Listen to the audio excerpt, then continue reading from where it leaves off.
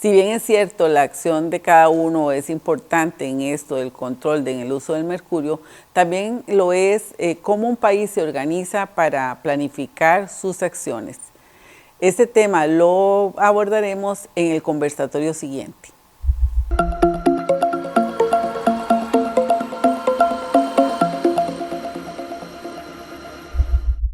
Bienvenidos a este conversatorio Estrategia Nacional de Salud Pública y Educación Ambiental para el Control del Uso del Mercurio. Le damos una cordial bienvenida a todos los que nos observan en los diferentes países y muy especial a nuestros expositores que nos acompañan hoy. El doctor Horacio Chamizo García, docente de la Escuela de Tecnologías en Salud de la Facultad de Medicina, y la bachiller Mónica Jiménez Seas, egresada de la carrera de Salud Ambiental, también de esta unidad académica. Para dar inicio en este importante tema, quisiera preguntarles por qué es necesario una estrategia de salud pública como parte de un plan nacional para la reducción del mercurio. Sí, la estrategia de salud pública formó parte, es uno de los componentes de este plan nacional de acción. Es muy importante porque el mercurio es una sustancia tóxica que se usa en los procesos industriales de extracción de oro, en los procesos artesanales también, y la población trabajadora, pero también la comunidad, sobre todo en el caso de la minería artesanal, puede verse expuesta a esa sustancia tóxica que tiene consecuencias en la salud. Hay que decir que el mercurio es un elemento constitutivo del planeta y se encuentra circulando del suelo al agua, al aire. Sin embargo, la actividad industrial, la actividad productiva, genera concentraciones superiores que pueden implicar exposición y riesgo a la salud. Esa es la razón fundamental, porque además de actuar sobre distintos componentes, como por ejemplo el componente de mejorar, digamos, el proceso de producción minera o la atención socioeconómica de la población que está implicada, o ver el marco legal para poder mejorarlo, para hacer una actividad, digamos, que pueda desarrollarse sin trabas, la seguridad de las personas trabajadoras, la seguridad de la comunidad debe ser garantizada y también la atención en salud. Esa es la razón fundamental. ¿Podríamos tal vez mencionar qué antecedentes a nivel nacional e internacional existen en relación a estos temas de riesgo a la salud?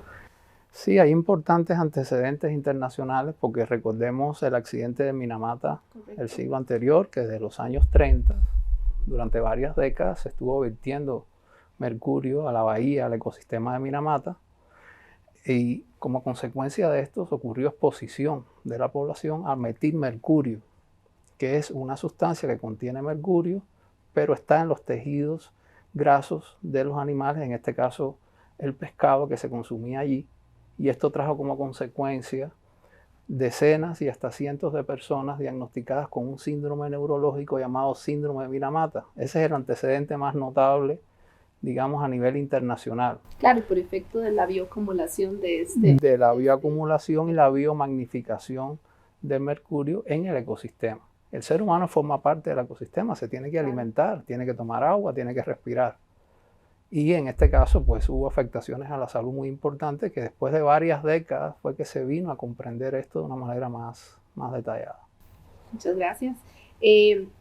Tal vez, ¿cómo se llevó a cabo esta Estrategia Nacional de Salud Pública aquí en Costa Rica?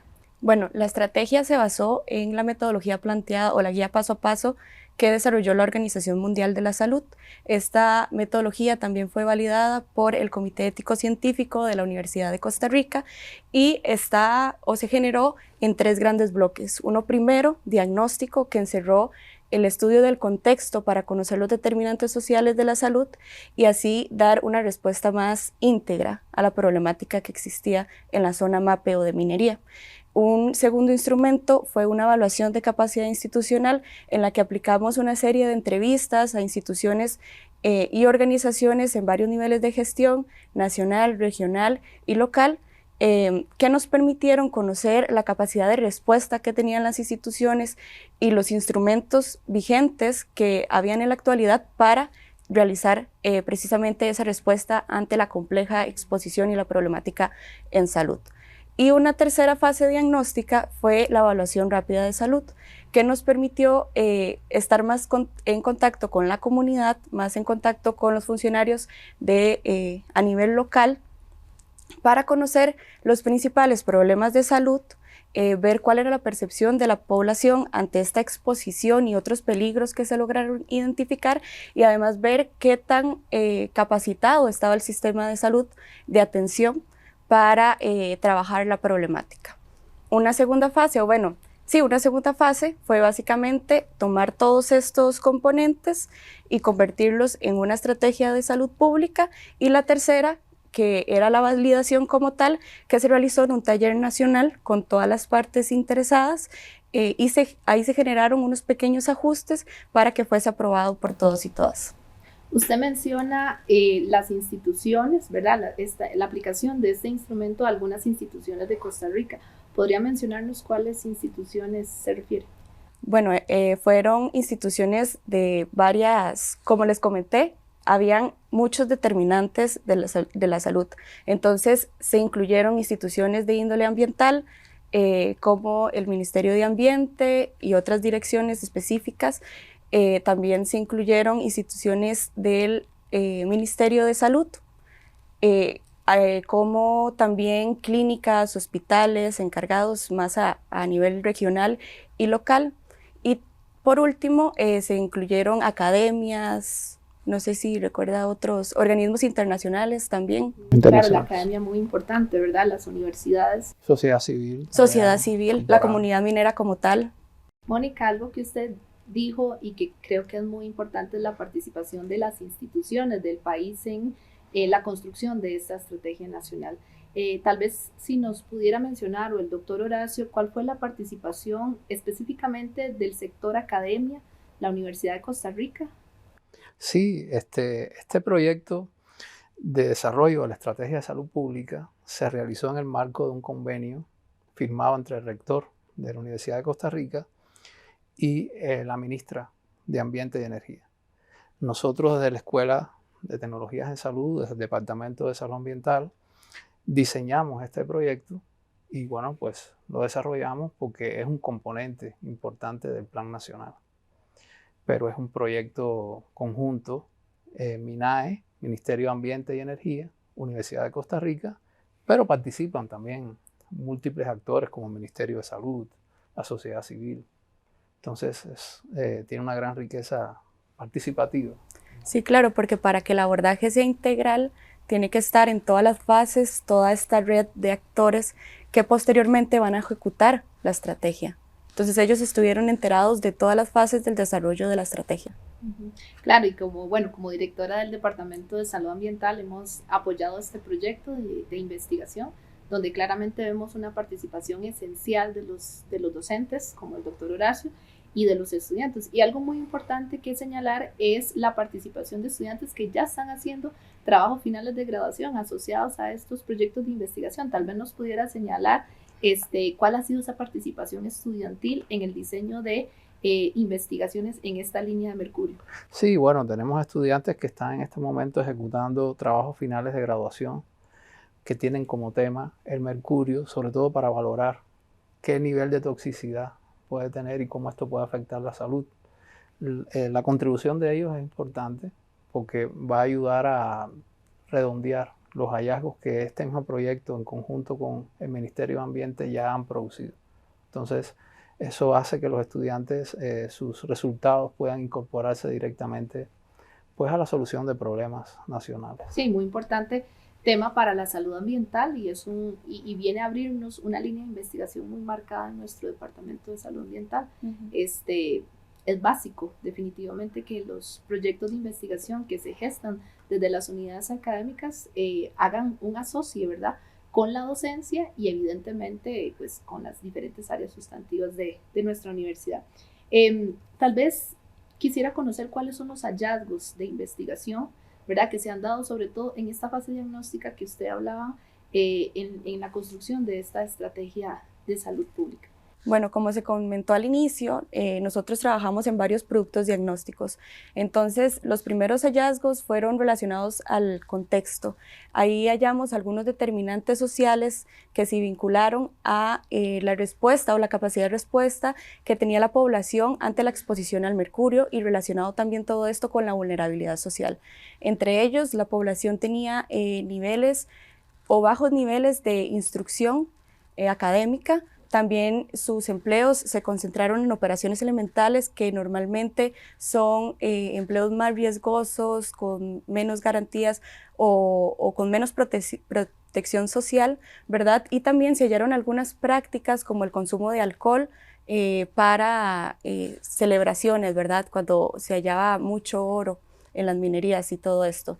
Y esto termina, ¿verdad?, afectando a la parte de vulnerabilidad social que se retoma en la parte de capacidad institucional y en la evaluación de la respuesta de salud. También se identificaron algunas vías de exposición importantes vinculadas a la regulación de la salud ambiental. Por ejemplo, encontramos que existían residuos o aguas residuales que podían contener trazas de mercurio y que podían convertirse en vías de exposición no solamente para las o los trabajadores mineros, sino la comunidad en general. Y otra vía de exposición muy importante es el aire, porque vimos que es común construir ambientes laborales en las viviendas. Entonces, pues se realizan todas estas fases de procesamiento, de extracción de mercurio, de la amalgama, y entonces se expone no solamente la persona trabajadora, sino también sus familiares, incluso las mismas comunidades.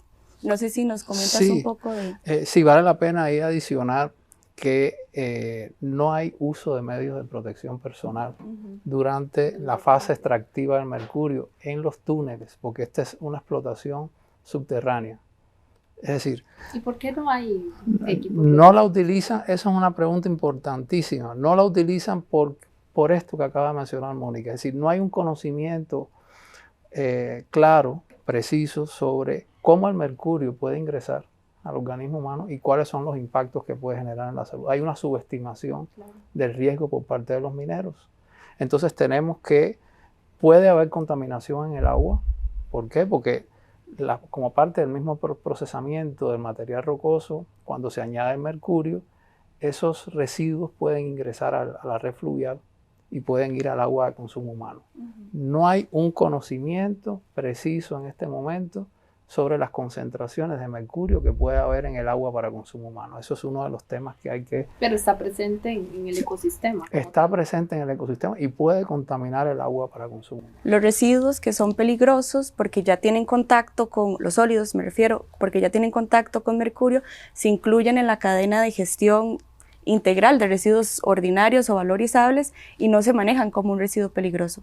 Entonces ahí también podríamos estar hablando de otra potencial vía de exposición, no solamente para los trabajadores, sino también para la comunidad en general. Sí, es importante también, una de las vías que a nivel internacional se reconocen como muy relevante es la vía aérea, porque por la vía aérea puede ingresar a través de la absorción alveolar casi el 80% del mercurio que se respira gaseoso. El mercurio, recordemos que es un metal que se puede pasar a la atmósfera, puede evaporarse muy fácilmente, y en el proceso productivo minero se quema una amalgama que contiene mercurio que se utiliza para extraer el oro posteriormente. Precisamente se separa el oro del mercurio a partir de la quema. El mercurio se evapora y puede ser aspirado por los trabajadores, pero por las familias también de los trabajadores, porque una buena parte de esta actividad se hace en los patios de algunas casas y allí obviamente ese ya no es un ambiente controlado desde el punto de vista laboral. Puede haber exposición de las familias, puede haber exposición de los niños que ahí están presentes, de las mujeres que pueden estar presentes ahí, incluso puede ser hasta mujeres embarazadas. Claro, es un riesgo inminente para muchas poblaciones o sectores de la población, ¿verdad?, que se vuelven vulnerables al desarrollo de esta actividad económica, ¿verdad?, como lo es la minería artesanal a pequeña escala.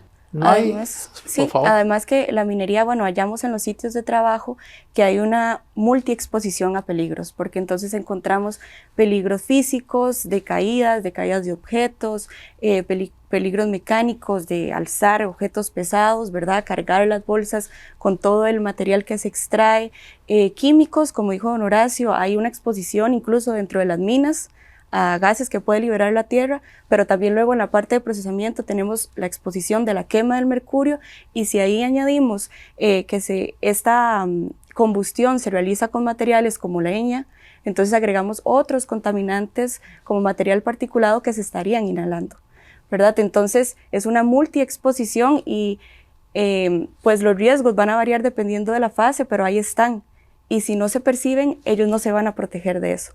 No me puedo proteger de algo que no percibo como un riesgo. Hay una condición que no podemos obviar más allá de la contaminación y la exposición, y es la situación de vulnerabilidad o de vulnerabilización de muchos de estos trabajadores y sus familias.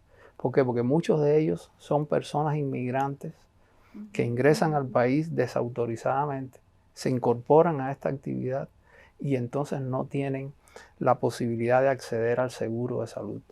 Al no poder acceder al seguro de salud, no hay un control sanitario ya a nivel médico de estas personas. No sabemos la concentración de mercurio que puede tener en la sangre una persona o en algún tejido.